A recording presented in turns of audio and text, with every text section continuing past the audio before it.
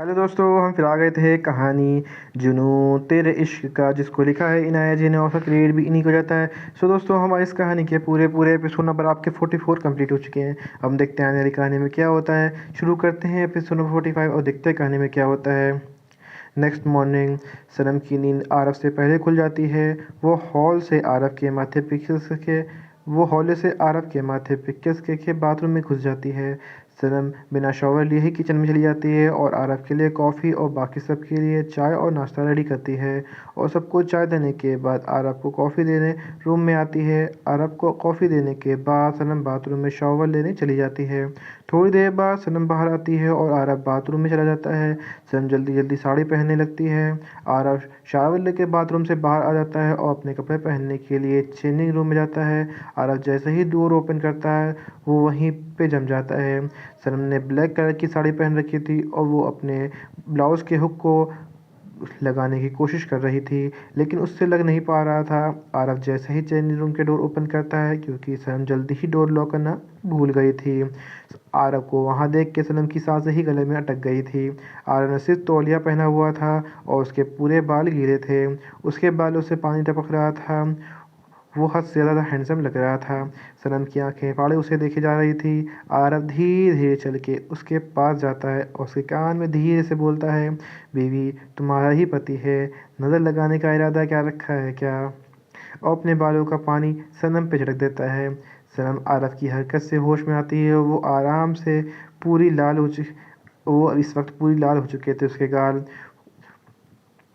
उसे ध्यान आता है कि उसके ब्लाउज़ का हुक ही नहीं लग रहा है और बहुत देर से कोशिश कर रही है। अब तो उसका मन डूब जाने का कर रहा था। वो जल्दी से मुड़ती है और अपनी पीठ को कपबोर्ड से लगाने लग जाती है। आरव उसके पास जाते हुए बोलता है, बीवी मैंने ऑलरेडी सब देखा हुआ है, वो भी पूरी डिटेल के साथ। और हंसने लगता है। आरव की बात सुन के सनम की तो मन कर रहा था वो कहीं जाके छुप जाए या फिर आरव को पकड़ पकड़ कर पीट दे। उसका पति तो उसका पूरा का पूरा बेशरम हो रखा है। आरव सनम के पास जाके खड़ा होता है और उसकी कमर पे हाथ डाल के उसे अपनी ओर खींच लेता है।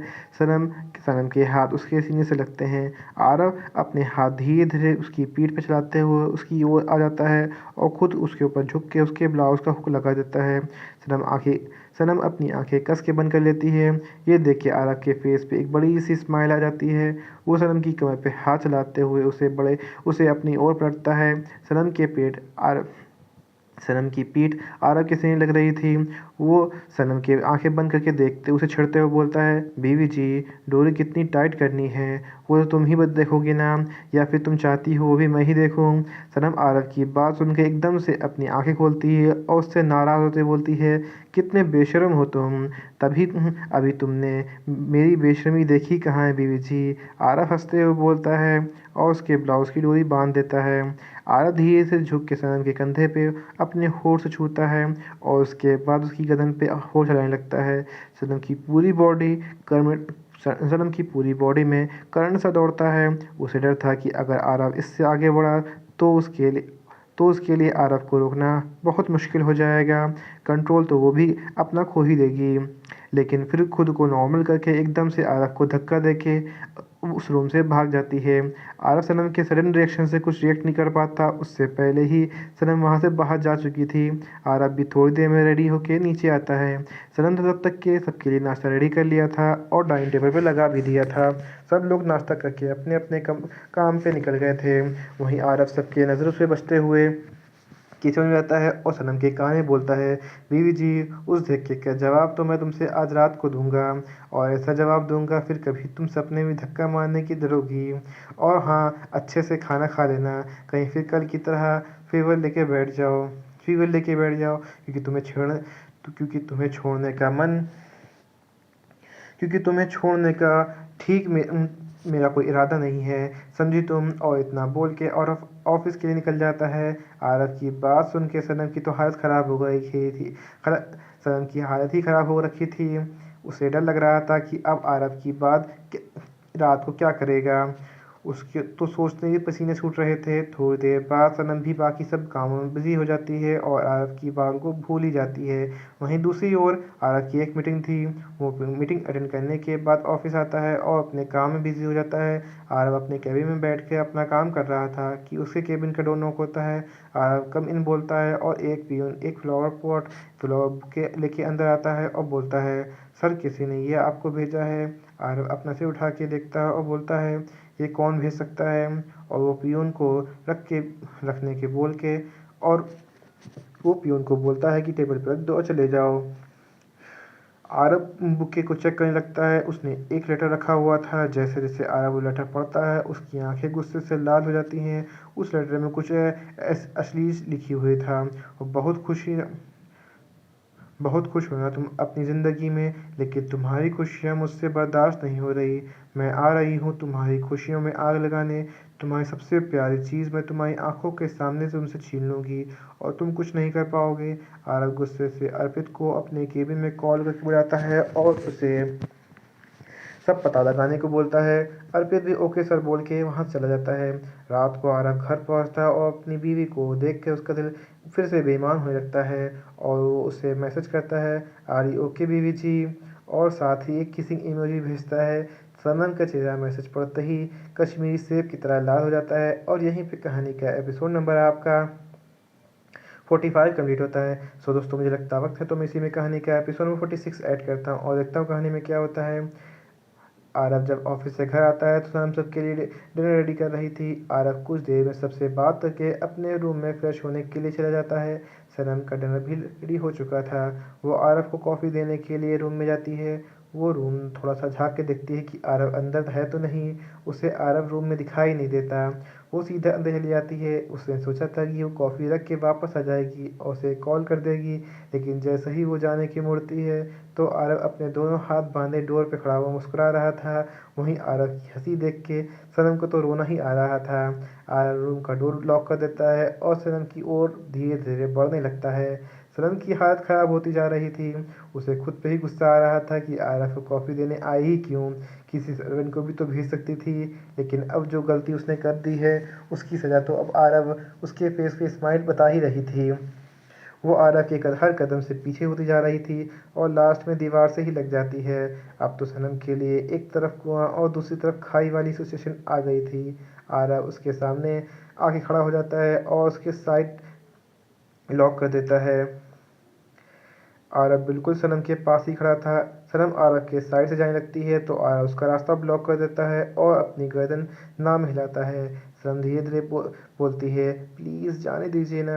आरव ना में अपनी गर्दन हिलाता है। उसके फेस पे स्माइल अब भी बड़ी हो गई थी। थोड़ी देर में उसकी कॉफ़ी भी ख़त्म हो जाती है और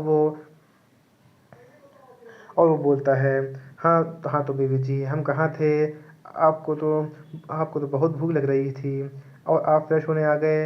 आप फ्रेश होके आइए मैं डिनर लगाती हूँ। इतना बोल के सनम वहाँ से भागने की कोशिश करती, लेकिन आरव उसे छोड़ने का बिल्कुल भी मूड में नहीं था। वो बोलता है, क्या बात है जान, तुमसे सीधा आप पे आ गई तुम। ये डिनर ये डिनर डाइजेस्ट नहीं लग रहा है मुझे। वैसे भूख तो बहुत लगी है मुझे, पर आज मैं तुम्हें खाना चाहता हूँ तो तुम रेडी हो ना। वैसे सुबह हमने तो कहा तो छोड़ा था, ब्रेक वहीं से शुरू करते हैं। और इतना बोल के उसके हाथों पे अपने हाथ ब्लॉक कर देता है। आरव काफ़ी आरव काफ़ी पैशनेलिटी से सनम को किस कर रहा था। जब सनम को सांस लेने में तकलीफ हुई तो आरव ने उसे छोड़ दिया और अपनी गोद में उठा के बेड पर लिटा दिया। आरव अपनी शर्ट उतार के सनम के ऊपर आ जाता है। सनम का दिल तो बहुत ज़ोरों से धड़क रहा था। आरव धीरे धीरे सनम के कानों की ओर बढ़ रहा था और अपने दांतों से ही उसके झुमके निकाल देता है। सनम कस के अपनी आंखें मुट्ठियाँ कस के चादर से पकड़ लेती है। आरव सनम के पूरे चेहरे को किस किया जा रहा था। सनम उसे रोकते हुए बोलती है, आरव प्लीज़ जाने दो ना, सब लोग वेट कर रहे होंगे मेरा, कोई तुम्हारा इंतज़ार नहीं कर रहा मेरे सिवा। और इतना बोल के सनम की गर्दन पे चूमने लगता है। आरव धीरे धीरे सनम की ओर बढ़ने लगता है। वो अपना कंट्रोल खो चुका था। आरव के हाथ नीचे की ओर बढ़ने लगते हैं और वो खींच के सनम की अपनी तरफ खींच लेता है और फिर धीरे धीरे उसे किस करने लगता है। आरव सनम के हाथों पे अपने होठ रख देता है और धीरे धीरे उसे किस करने लगता है। वो काफ़ी देर तक एक दूसरे से प्यार करते हैं, लेकिन आधे घंटे में ही आरव सनम को छोड़ देता है, क्योंकि इससे ज़्यादा का वक्त के बाद सनम उसको क्या जवाब देती। आरव का फ़ोन रिंग करता है और वो अपनी वो अपना फ़ोन क्लिक उठाता है, और वहीं दूसरी ओर सनम आरव की शर्ट को पहनकर बाथरूम में से घुस जाती है और जल्दी से शॉवर लेती है और बिना बालों को ड्राई किए ही नीचे चली जाती है। थोड़ी देर बाद आरव भी नीचे आ जाता है। दादी सनम से बोलती हैं, आज पहली मीटिंग कैसी रही बेटा। मीटिंग, सनम सोचते हुए बोलती है, जी मीटिंग आरव बोल रहा था, वो तो तुम्हारे ऑफिस का काम सिखाना चाहता है, इसलिए तो अभी जो मीटिंग हुई है उसे तुम्हारे साथ ही अटेंड की है। दादी की बात सुनकर सनम को तो खांसी आ जाती है। जब वो आरव की मीटिंग के बारे में याद करती है, कैसी रही मीटिंग बेटा। दादी बोलती हैं, अब तो सनम को काटो तो खून नहीं वाली सिचुएशन हो चुकी थी। वो कुछ नहीं बोलती। बेटा पहली बार मीटिंग में थोड़ा डर लगता है, पर कुछ टाइम के बाद हम खुद ही उसके आदी हो जाते हैं, खुद ही मीटिंग कर लेते हैं अकेले, कोई दिक्कत नहीं होती। वहीं ये सब सुन के सनम की तो हालत ख़राब हो रख रही थी। वहीं आरव की तो बड़ी हंसी आ रही थी। वो भी दादी की बात को सपोर्ट करते हुए बोलता है, हाँ सनम बताओ तो कैसी रही मीटिंग। हाँ बेटा बोलो, थोड़े दिन में तो आपको रोज़ ही मीटिंग करनी होगी, तभी तो कोई रिजल्ट निकलेगा। दादी बोलती हैं, अब तो सनम तो अब सनम बोले तो अब सनम बोले तो क्या बोले, सब लोग उसे बार बार मीठी बार बार उसी बात को लेके बोल रहे थे। उसे इतनी शर्म आ रही थी कि वो कहीं जाके छुप जाए। वहीं आरव को तो बड़ा मज़ा आ रहा था, वो भी आग में घी डालने का काम कर रहा था। सनम को मजबूरन बोलना ही पड़ता है, अच्छी थी मीटिंग, सिर्फ अच्छी थी। आरव उससे पूछता है। सनम को अभी इरिटेशन हो रही थी, वो भी आरव के बोलने से। वो सिर्फ बोल देती है, हाँ अच्छी थी। तो आरव बोलता है, कोई बात नहीं, मैं तुम्हें सबसे अच्छी वाली मीटिंग अटेंड करवा दूंगा, डोंट वरी। सनम को तो सनम जब सनम को जब तक अपनी बात का मतलब समझ आया, तब तक काफ़ी देर हो चुकी थी। और यहीं पे कहानी का एपिसोड नंबर आपका 46 कंप्लीट होता है। सो दोस्तों, मैं पूरी कोशिश करूँगा कि आपको जो एपिसोड्स हैं वो इमोशन के साथ समझा सकूं, पर बात यह है कि इतना इजी होता नहीं है। मैं अगर कोशिश भी करता हूं तो उतना प्रॉपर हो नहीं पाता, बट मैं कोशिश करूंगा कि नेक्स्ट एपिसोड में आपको इमोशंस के साथ भी बोलने की पूरी कोशिश करूंगा, प्रैक्टिस करूंगा इस चीज़ की। तो दोस्तों, हम फिर मिलेंगे एक नए वीडियो के साथ, एक नए एपिसोड के साथ। तब तक के लिए मुझे इजाज़त दीजिए। धन्यवाद दोस्तों।